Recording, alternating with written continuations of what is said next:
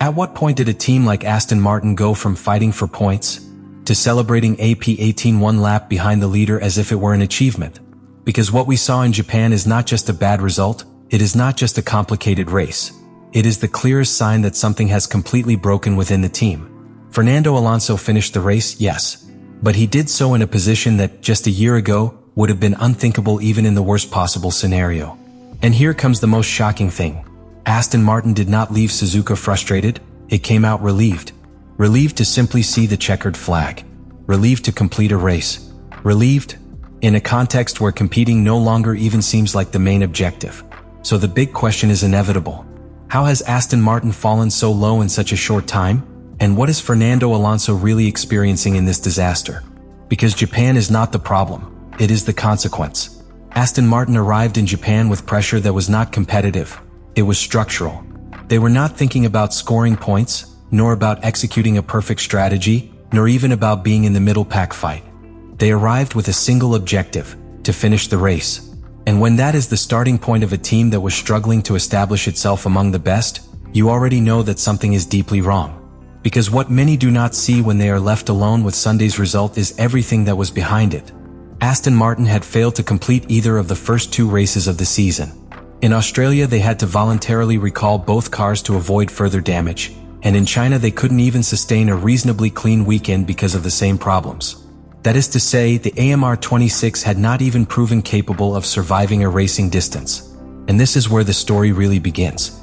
It's not just a lack of pace, it's not simply that the car is slow. The problem is much more serious. It is a basic technical failure that compromises the entire project. The engine vibrations were causing internal damage to the hybrid system, directly affecting the batteries to the point of breaking them from the inside. This creates a vicious circle that is impossible to sustain. The more the car rolls, the more it degrades, and the more it degrades, the less it can roll. That's why Japan was not a normal race. It was a kind of endurance test, a real-time experiment where Aston Martin needed to see if it could at least complete a full distance without collapsing. They weren't competing against McLaren, Ferrari, or Red Bull. They were competing against their own reliability. And in that context, the figure of Fernando Alonso appears, who is key to understanding the real dimension of what is happening.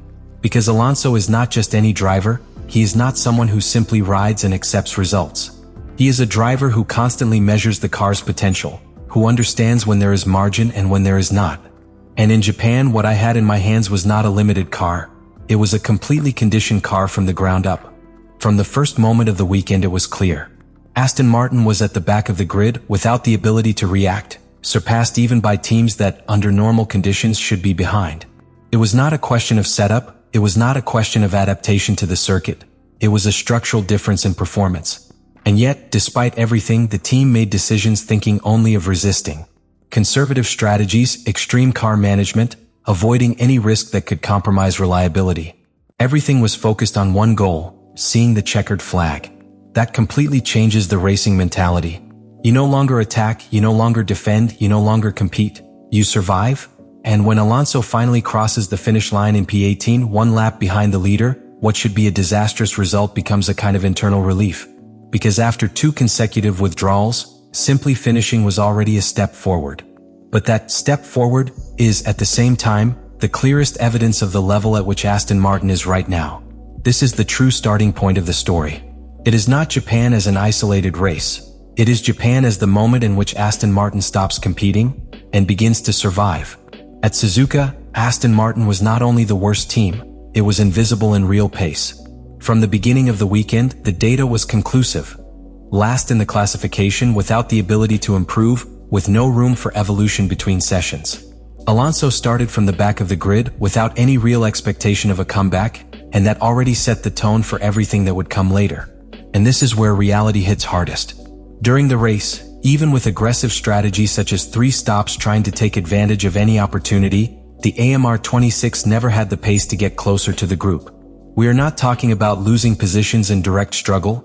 We are talking about not being able to even enter the conversation. The difference was not tenths, it was seconds per lap. That completely changes the reading of the race. Because when you are at that level of disadvantage, you no longer depend on strategy or other people's mistakes or safety cars. You are completely out of the competitive system. It's like running another parallel race where your only rival is time, and yet you are constantly losing it. Alonso managed to advance some positions, yes, but not due to pure pace but due to external circumstances. And that is the most revealing. Each position won did not come from a maneuver, nor from a brilliant strategy, but from abandonments or foreign situations. That is, the car did not generate anything by itself.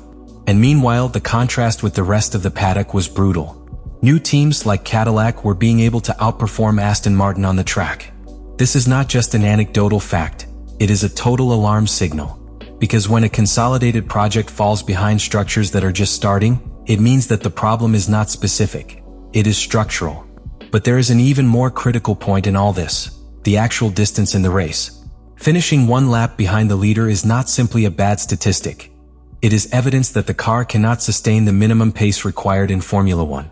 It cannot be maintained in the same competitive window. And that, for any driver, is exasperating, but for someone like Alonso, it is directly frustrating. Because this is where the human factor comes in. Alonso does not need to say it explicitly. Your disappointment is not in a sentence, it is in the context. It is seeing that there is no margin, that there is no immediate evolution, that there are no tools to change the situation during the race. He is driving a car that does not respond, that does not compete, that simply finishes. And when a pilot of his caliber reaches that point, the problem stops being technical and begins to be emotional within the project. Aston Martin finished the race, yes. But what Japan really showed is that even when everything works, the result is still unacceptable. And that's the real conflict. It's not about fixing small details, it's about completely rebuilding the base of the car. And this is where everything ends up breaking. Because after Japan, Aston Martin can no longer hide behind the excuse of reliability, or bad luck, or a chaotic weekend. Not anymore.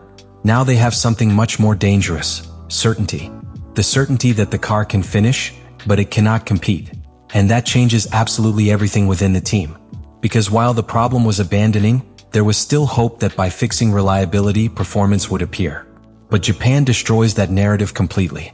The AMR26 completed the race, and yet it was one of the slowest cars on the track, completely off the pace, completely disconnected from the rest of the grid.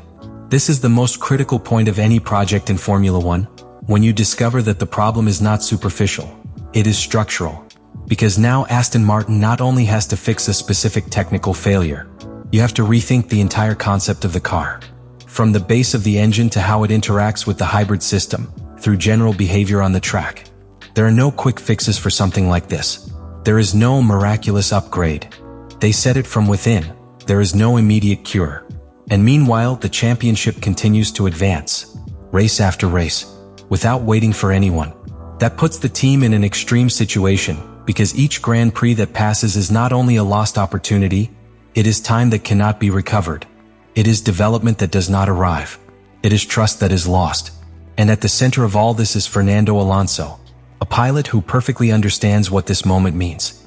Because when a team reaches this point, it is not just about improving a few tenths.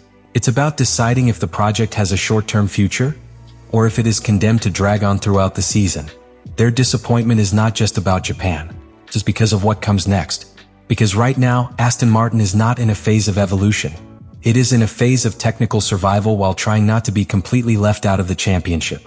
And that, for a driver who continues to compete at the highest level, is one of the most frustrating situations that exist. Japan was no accident. It was not an isolated weekend. It was a diagnosis. The moment when Aston Martin really understands where it is, and how far it is from being competitive again. And the great unknown that remains in the air is as simple as it is worrying. How long can a project like this be sustained, before everything begins to completely fall apart? Whenever you want, we can expand any of the blocks with more technical or narrative depth.